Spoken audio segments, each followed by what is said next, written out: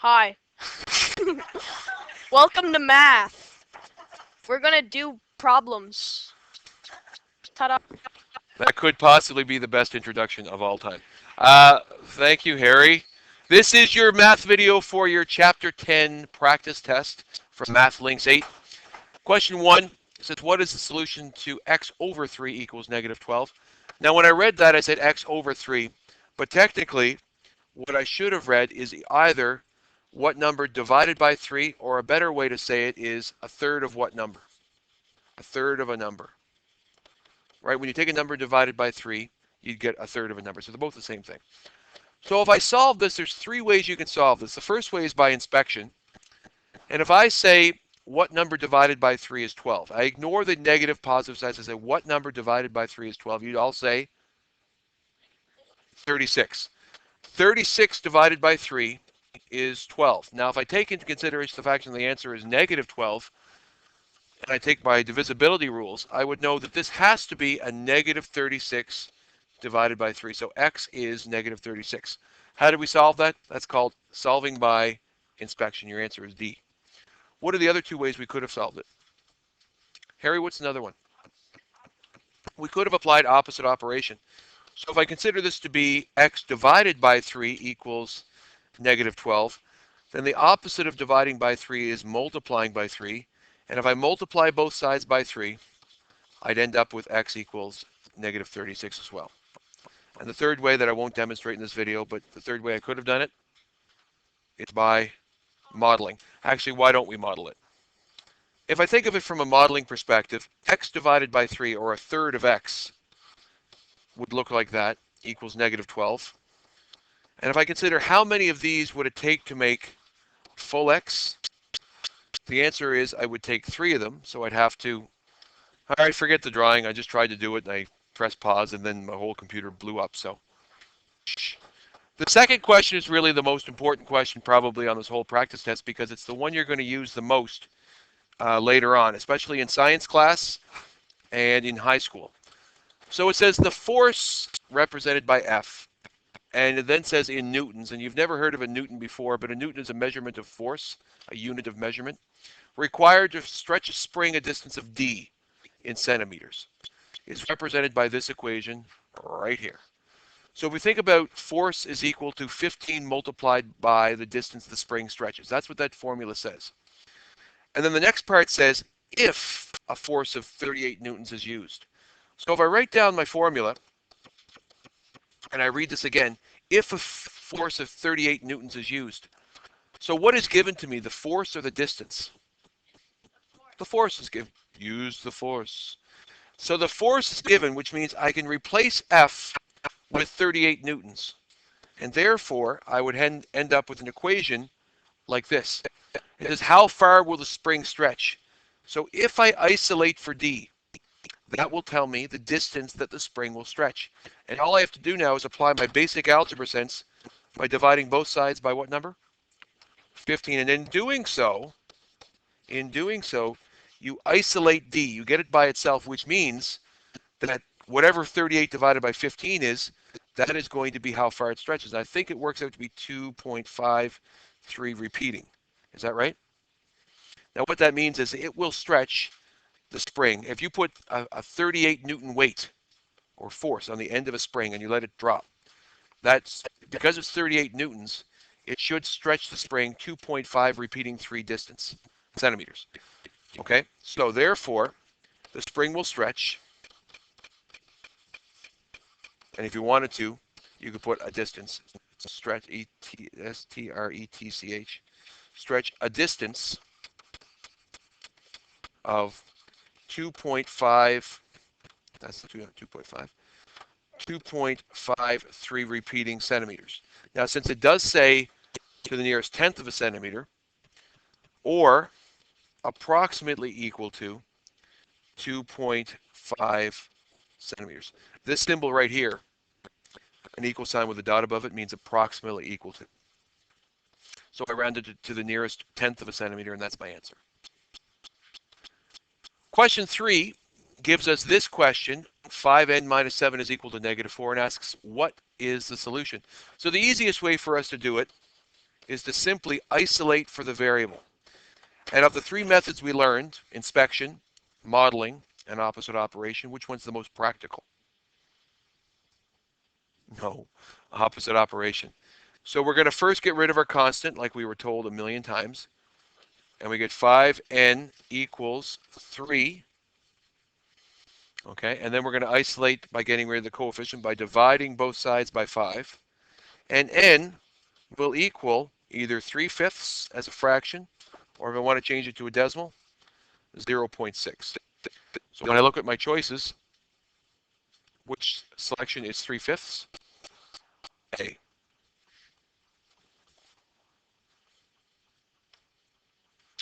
Question 4 says, which of these solutions has a solution of p equals -6? So there are two ways you can do this.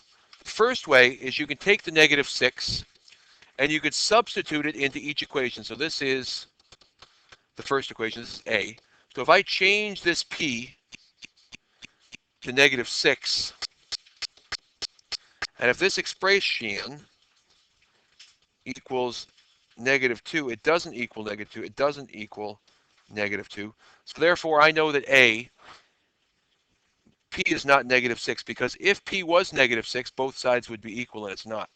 So I know that that's not true. If I substitute it, what normally in a multiple choice, which one's your answer? C, right? So if I have to try this, the first thing I'm going to try is C, because I'm pretty sure it's C, because on multiple choice tests, it's always that. So I'm going to take this -6, and I'm going to substitute it into my equation. So instead of saying p divided by -3, since p is -6, I'm going to go -6 divided by -3, take away 4. Now, if this expression, when I substitute p, is equal to -2, then we have a solution. That's what p is. So I'm going to work this out. What is -6 divided by -3? Positive 2. Now, what is 2 take away 4? -2. So when I substitute p into my equation and solve it, I get this expression equals -2, and the other side is -2, so therefore we have found our correct solution. C, p equals -6. Always C. Question 5 says Wanda solved the equation 4 groups of x minus 3 equals 2 like this. She said, she first wrote it down, and of course this, what did she do when she went from here to here? Well, she tried to use what? She tried to use expansion using distributive property, but she made a mistake. Here's what she did. She wrote it down properly, which is wonderful. But when she expanded it, she multiplied x by 4 to get 4x. She multiplied by -3 by 4 to get -12. But then inexplicably, she said, why don't we just say multiply that by 4 as well? But it's not 4 groups of x minus 3 and 4 groups of 2. It's just 4 groups of x minus 3 is equal to 2. So she didn't have to do this right here, right? She made a mistake with that. So she didn't need to multiply everything by 4, just what was in the brackets. So the answer is, where did she make her mistake? Step 1. Now on a test, what I would normally ask you to do, because this will appear on your test, this question, for sure. Not this one, but a question like it. So the second part to this will say, what is the correct solution? Right? So she made a mistake here. We know that step 1 was the first part. You get a point for that on the test. But then you would have to do this. Oh, sorry, add 10. Oh, sorry, add 12, add 12. You get 4x equals 14. Divide both sides by 4, and x would equal whatever 14 divided by 4 is. Clear. 14 divided by 4, let's see, that's 3.5, I think. 3.5. So x would equal 3.5. Does that make sense? So the second part that I usually ask on a test is, where did she make a mistake? Step 1, step 2, step 3, step 4. And then the second part, the B part, would be, what should her correct solution be? And you have to show me all the correct work. Question 6 and 7 is just a definition. The opposite operation of division is multiplication. And the solution to this distributive property question is what? So if I take this, you learn to solve it 2 ways if there's distributive property. The first way is by expansion, and the second way is division first. So if I use expansion, I will have not 4 groups of y and 4 groups of 10, but -4 groups of y. If you ignore the sign, what's 4 times y? Darian. That's right, 4y. And a negative multiplied by a positive is going to be what sign? It's a negative. So negative 4 times y is negative 4y. The second part to that, what is negative 4 times a positive 10? 4 times 10 is 40. Will that be a positive 40 or a negative 40? Negative. So that negative sign is actually going to act as the subtraction sign between my variable term and my constant. Does that make sense? The negative 40, the negative actually acts like a subtraction sign, equals 24. Once we have this, we're going to add 40 to both sides. Negative 4y equals 64. I'm going to divide both sides by 4 or negative 4. Negative 4, whatever the coefficient is, divide both sides because they're opposite operations. And y will equal, is that a positive 16 or negative 16? Negative because a positive divided by a negative, different signs, negative quotient. Okay. The other way we could have done it, instead of having negative 4 groups of y plus 10, by dividing both sides by negative 4, I'd have one group of y plus 10 is equal to negative 6, because 24 divided by 4 is 6, different signs, negative. Then I would simply have to get rid of the constant, and y will equal negative 16 still. Obviously, which one's the easier method? Division first. The more concrete representation, like this, the expanding using distributive properties equally as important, but that one is much more efficient to get the answer. Question 8 says, draw a diagram that models this equation. We're going to skip this one because I do not want you to model negative coefficients or negative fractional coefficients. I hate them. Actually, I can't skip it. I got to do it. I'm required by law to teach you. So what we're going to do, instead of shading those is, because they're negative, we're going to leave them unshaded. And we're going to have plus a negative 4 on the side. So on this side, we have a negative 3x and a negative 4. And on this side, we're going to have a positive 2. What's the first thing I want to do to both sides? Add 4 to both sides to get rid of the constant. Add 4 to here. Add 4 to here. What we end up with, you know what? Let's clone it. Whoa, wow, look at that. How awesome is that? It is cheating. It was 1, 2, 3, 4, 5, 6. Now, if 3 negative x's equals positive 6, then I'm going to take those negative x's and put them on their own little private little scale. Divide them onto 3 scales. Divide what was on the other side onto those 3 scales. And the odd part about this is not the solution. This says negative x equals 2. But if I think about the opposite of this would be a positive x equals negative 2. If I erase that. And that's actually what my solution would be. A positive x equals negative 2. You just kind of flip the signs around. That's why I don't like modeling it, because it doesn't make a ton of sense. But if it does, that's good. Question 9 says, Dillon used algebra tiles to model this problem. Now, on a test, if I asked you this question, and you said the answer, you said, what is this equation being modeled? And you said 2x minus 8 equals 6. You are interpreting that diagram using grade 7 understanding. A grade 8 understanding, which is a better one, is say you have 2 groups of x minus 4 equals 6, right? If I use my highlighter, that's a group of x minus 4. That's a group of x minus 4. So therefore, it's 2 groups of x minus 4. And if I expanded it, I'd have the same answer that I had there. Question 10, we're not going to do all of them. We're just going to do, let's do this one. Let's do this one. And let's do this one. We'll do these. That's fine. We'll just do these ones. So using opposite operation, we're going to solve this one. So t divided by negative 5 equals negative 8. I'm going to multiply both sides by negative 5 to get rid of the divided by negative 5. And t equals 40. Here, 2k minus 6 equals 31. I'm going to add 6 to both sides. get 2k equals 37. And if I divide both sides by 2, well, half of 30 is 15. Half of 7 is 3.5. So half of 37 is 18.5. So k is equal to 18.5. And finally, the last one we're going to do, 3 minus n over 4, or minus a quarter of n equals 8. What's my constant in this equation? It is 3. In order to get rid of a 3 constant using opposite operation, I'm going to subtract 3 from both sides. Now here's where we get confused. This is what's left.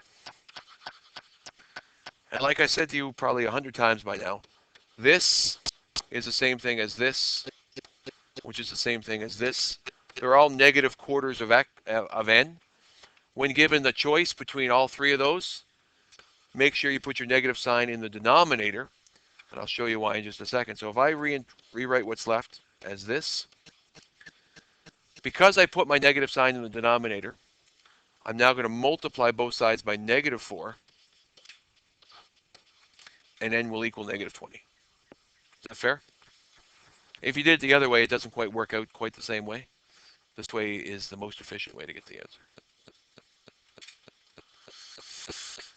Question 11, describe the steps you would take to solve this equation. Let's ask someone that has some brains. Sure. Hombre, what would you do first? No, you just tell me.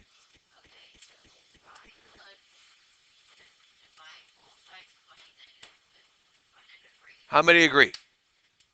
I agree, because whatever he said is probably right. I would divide both sides by negative 3. Go ahead, then what would you do? No, don't tell me what it equals. Just tell me what you do next. You're a brilliant guy. Then subtract 3 from both sides. How is that different than this?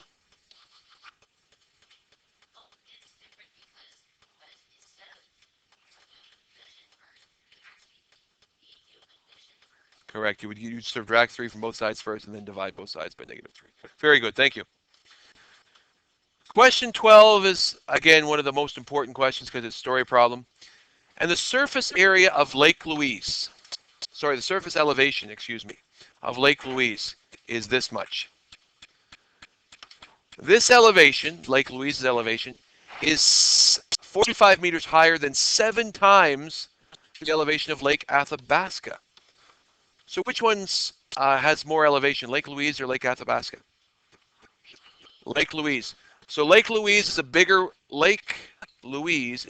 number than Lake Athabasca. Does that make sense?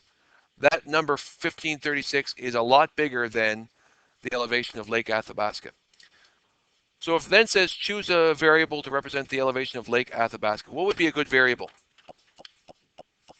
Probably A. Let's do A. Or because there's only one variable, let's just make it the quintessential X. So up here we're going to say that we're going to X equals Lake Athabasca's elevation.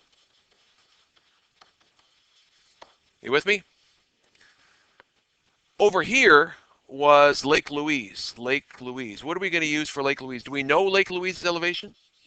What is it? 1,536.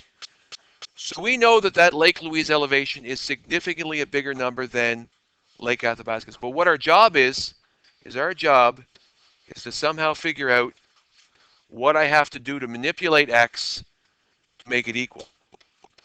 So it says here that this elevation here is 45 meters higher than 7 times. Are they equal now?